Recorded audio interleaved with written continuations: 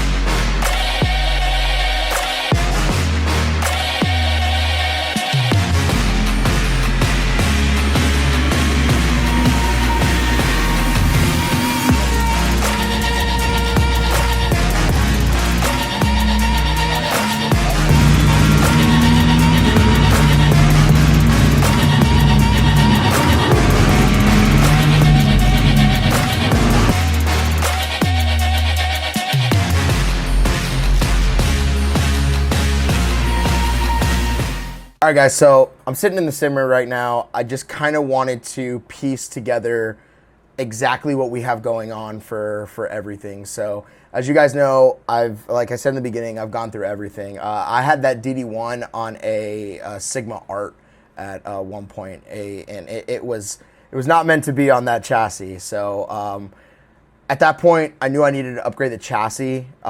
In my opinion, the first thing that you should start off with upgrading is going to be your chassis. It is the base. It's like choosing your car in real life. It's like, okay, what platform am I going to sit there and am I going to build upon? So I knew I wanted an 80/20 aluminum rig for everything that I was doing. I knew that you could bolt everything to it. It used T-nuts, which is super easy to use. And yeah, so I looked up companies here and there. I was looking at ASR, I was looking at Sigma, I was looking at a bunch of them, and the one that struck me the most was Trak Racer. So I love their add-ons. I love everything that you could bolt to the 80/20 aluminum rig, and at the time, they actually had a really good sale. So I picked up the TR160. Right after I picked up the TR160, the S ended up coming out, and the blue actually looked really cool, although the colors that have look a little Spider-Man-ish to me. I'll input a picture right here. So I ended up going with the TR160. At the time, I still did have the DD1 on here. And then Simucube, I always wanted a Simucube. It was the end-all, be-all wheel for me. So there was a sale on the Simucube 2 Pro. I went ahead and picked up the Simucube 2 Pro. From there, things just started to get wilder and wilder. With the cockpit, I ended up picking up the GTC from Trak Racer. I did add a lumbar cushion to it. The reason why I added a lumbar cushion is because for some of those longer stints that I've had, my back it doesn't have enough lumbar support from the seat when it's stock. So I went ahead and added a lumbar cushion for it. You can pick them up on Amazon for like 10 bucks, 15 bucks. And if you guys want, I will add in the description everything that I have bought and where you can find them, where you can purchase them, things like that. However, the next like big ticket item that I bought was I was on a 49-inch ultra wide, and if I can find some clips of it, I'll input it here of the ultra wide with the TR160.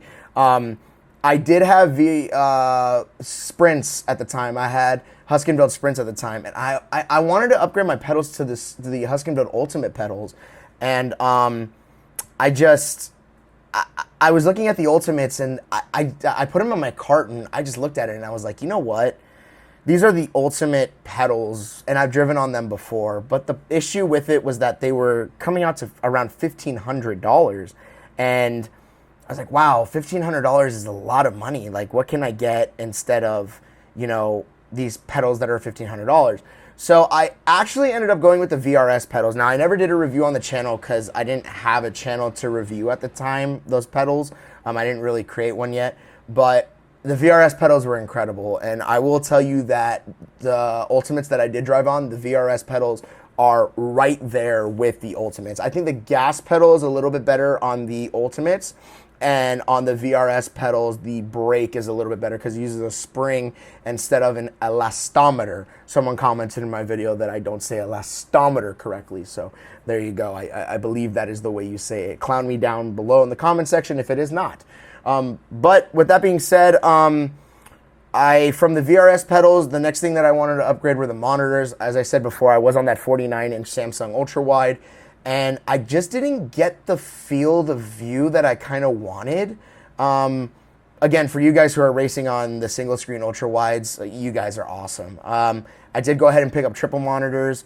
These are LG 1440p, 165 hertz, and then I think they're like a 3 millisecond response time. I figured when I was racing, I wouldn't notice that 1 millisecond delay that we use for FPS games sometimes.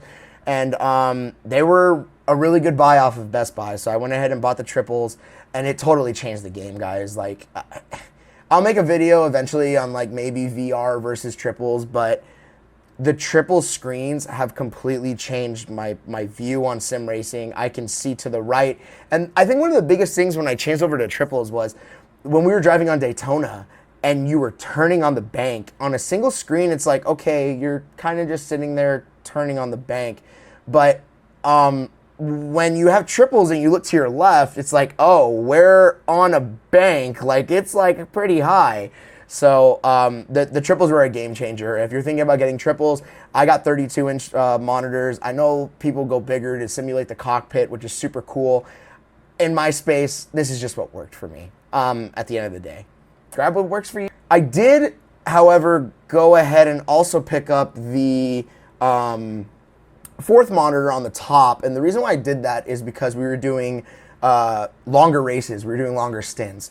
And because we were doing longer stints, I wanted to see the telemetry and the map up above so I could report back to my teammates how far distance the car behind was, how this was, how that was. And I know you can see that on the black box, but it actually is very, very helpful to have it on a fourth monitor.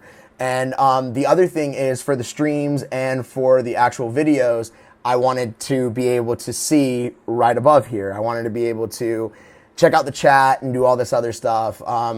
I finally, obviously created a channel, and I think that fourth monitor is really, really helpful. It's an ultra wide monitor. It's a 34-inch.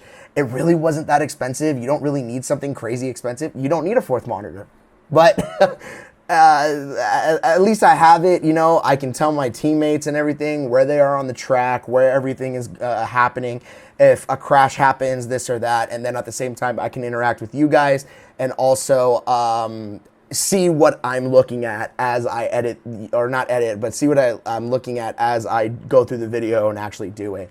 The webcam I use is really cheap webcam, but it does the job at the end of the day. One of the last couple of things that I picked up, and I've saved the best for last here. So for the first one is a really small thing. I picked up a Stream Deck. I use the Stream Deck for everything. It works as a button box. It works for launching your applications. It works for zooming in and out of the car. It works for, you can program it to anything. And I can't believe I waited this long to pick up something that has this much functionality. I use it for everything. And for the most part, a lot of my sim apps, I don't even have to use my keyboard and mouse. I just push a button and the system opens. For the Simucube software, push a button, it opens. For iracing, push a button, it opens. For my setups, when I have to go into the folder and drag and drop a setup into the folder, I just push a button and it opens, and all I got to do is drag and drop. So at the end of the day, this right here, and I'm saying you don't have to get like the most expensive one. I honestly think that I have the small, not the smaller one, but the medium-sized one. I even think you could get away with the smaller one if you want it for like $60. I think it's like 30 or $60. I can't remember. But for this one, for $100, totally worth it. If you're a streamer, they do have the one with the knobs and everything where you can change the volumes and stuff on. And that one is $200. Get whatever works for you. And they have even cheaper button boxes than that. Get whatever works for you, you know. But I will tell you, if you are racing, if you're kind of serious about it, you know, playing iRacing, stuff like that, I think everyone should have a button box. It is so worth it. So with that being said, and I'm saving the best for last for you guys. So I, as you know, go through a lot of wheels, go through a lot of everything.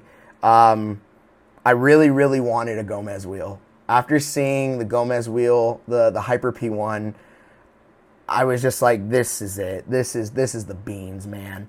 And all the lights, all the buttons on it, everything. This is, like, in my opinion, it is like top tier. For me, the only other thing that is better than a Gomez wheel is the Asher McLaren wheels, and those are awesome as well. I went ahead and decided to go ahead and get this. And I've already made a video on it. You guys should go check it out if you haven't yet. This right here is the GSI Formula Pro Elite V2. And it stays on the rig. It really does. It stays on the rig. I don't use another wheel for the most part unless I'm driving road cars. If you guys have seen it, I did put the NRG style QR on it. So I just put it on. Boom. It's on. Well, hold on. Boom, it's on. So anyways, I did go ahead and pick that wheel up. It is my single best wheel that I've had. There's nothing more to say about it. It's just perfect. It's great. It fits everything that I do, everything that I drive, Formula cars, GT cars, LMP cars, everything. It just fits. All the telemetry is on the screen. And when it's not on the screen, it's up here on the fourth monitor. So it works perfectly for everything that I do. I did say I'd save the best for last. So there are little knickknacks here and there that I did buy. Obviously, you guys know Logitech Sim Racer keyboard. Every single Sim Racer has this keyboard. Charles Leclerc has this keyboard. Everyone has this keyboard. If you know, you know.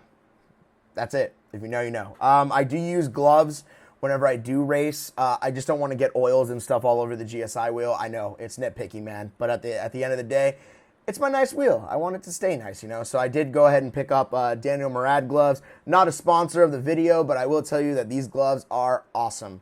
Very breathable, very light gloves. I do know he has short and long ones, but yeah, these gloves, $100, and they're awesome. I'll get another pair. I'll get two pairs. Like they're great gloves.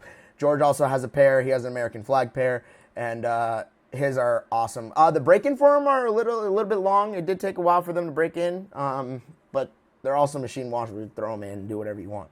So one of the other things that I bought on the right-hand side, sim racing gets kind of hot, and on top of that, I had to get a fan because, you know, some of these heated battles get pretty crazy. Y'all start I start sweating. I know y'all start sweating too. Come on now, let's not lie.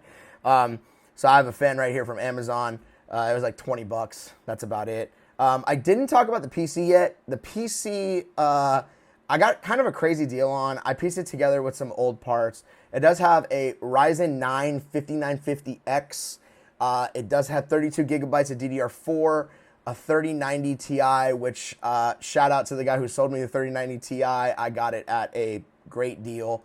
It really heats up the room, like really, really bad, but I don't have a problem running triples at 1440p. Now, I will tell you this. Some people were saying that you can't run triples on a 3070. I did have a 3070 before, and I ran triples just fine. And it was at 1440p. So you have to play with the settings a little bit, but I was able to get it done at the end of the day. So, yeah, that's the PC. And then I saved the best for last. I don't know how I passed this one by my wife, by everyone. You guys know how it is. But I did go ahead and pick up the Simucube Active pedal. After I got the VRS pedals. I don't know what it was. I saw a video on Dan Suzuki's channel about them, and I was like, you know what? I want to get that. I want to try it. You know, I really want to try it. And I'll be making a video solely based off of the Simucube Active pedal and the passive throttle. Passive throttle, to shorten up, with the dampener, it's okay. Brake, it's so good. It's just so good. I do have a video in store for you guys about the Simucube Active pedal, though, so make sure you stay tuned on the channel for that one. But I added a Simucube brake pedal to it, and at the same time as it may not make you faster, it makes you more consistent. And in my opinion, consistency equals fast. That's just my opinion. If you can stay the same lap times every single time, that consistency breeds, you know, fast lap times at the same time. The Simucube pedal, it helps me do things that I couldn't do on another brake pedal. And besides the fact that it has haptics back and forth, the other thing for me is that I can tune it on the fly. I can make it feel like my BMW pedal if I really want to. I can make it feel like an F1 pedal. And on top of that, you can download profiles to it exactly like the Simucube 2 Pro, which is insane. Tony Kanaan has a profile. I was curious. I tried out Tony Kanaan's profile. It's stiff as a rock. I can't push the pedal down. I tried out, you know, Dan Suzuki's profile, Daniel Murad's profile. Like these are aside from Dan Suzuki, but the latter are names that have driven real cars before, so they know what it feels like to drive these cars, and that's why I wanted to pick up one of these pedals, because I was tuning the pedals so often, because every position that I would change on my seat would result in, okay, well, now my knee kind of hurts on this pedal, and I need to tune the pedal to, you know, maybe tune out something that I don't like, whether it have been, you know, I'm braking wrong. My knee after a really long stint is just gone. My legs are gone. You know, we all have stuff that at the end of the day, we like our brake to feel a certain way. And while the VRS is fantastic, and I've said this before, it's one of the last brakes you will ever need. It's the beans, guys. It is incredible. It is, and it's an absorbent amount of money, and I get it. But at the same time, everyone who drives on it is like, wow, this is a crazy feeling. So with that being said, that's the sim rig at the end of the day. If I have any tips for you guys, the biggest thing is the cockpit first. Base your cockpit off of what you want to upgrade to, and I say 80/20 profile is really good. It's really expensive, but at the end of the day, the 80/20 profile, the aluminum rig, it'll hold basically anything, and that was my mistake in the first part. It was, yeah, I like to say buy once, cry once, but at the end of the day, it's like, oh, well, this new wheelbase came out, or this wheelbase is better than my last one. Let me see if it makes me better. And then you're putting it on what I did with a DD1 and a Sigma Art, and it just shakes around all the time whenever you move. David was the one who told me, hey, man, like, you need to stop upgrading your gear, and you need to get a cockpit. And finally, I was like, yeah, I couldn't imagine the Simucube 2 Pro on the Art that I had prior to this. And that's the thing. If you could do it, spend the money on the cockpit. Very first thing, guys. Very first thing. The second thing that I would say to spend the money on, and buy once, cry once, find a really good set of pedals. The pedals will make you more consistent. Maybe not necessarily faster at first, but they will make you more consistent. My pedals were fantastic pedals. All of the pedals that I've had are fantastic. But the thing with me is through the upgrades, it's just like I've been more consistent throughout each upgrade. The sprints are the last pedal anyone will ever need. The VRS pedals are the last pedals anyone will ever need. But at the same time, each time I upgraded, I made it more consistent and more consistent. The VRS pedals, I remember when I first got them, I hated them at first. I really did. The throttle was really short for me, and I just wasn't used to it. The brake was fantastic. The throttle, I just couldn't get down. The curve, I couldn't get down.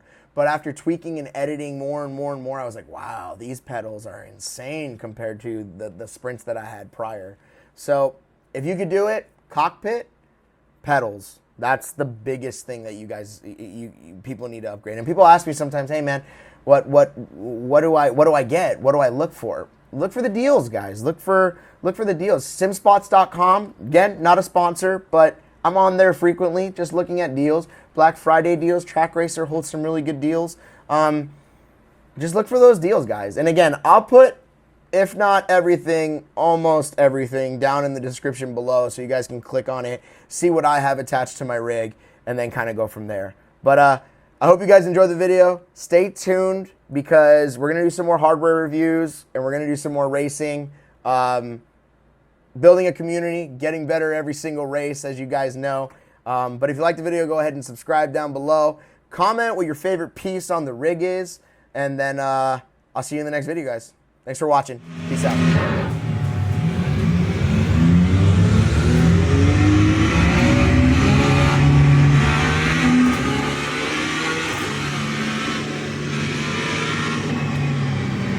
Hey, what are you still doing here, man? The video's over. You subscribed already. It's done. It's over with. Get out. Get out. Get out of here. The video's done. Get out of here. Go, go, go, go.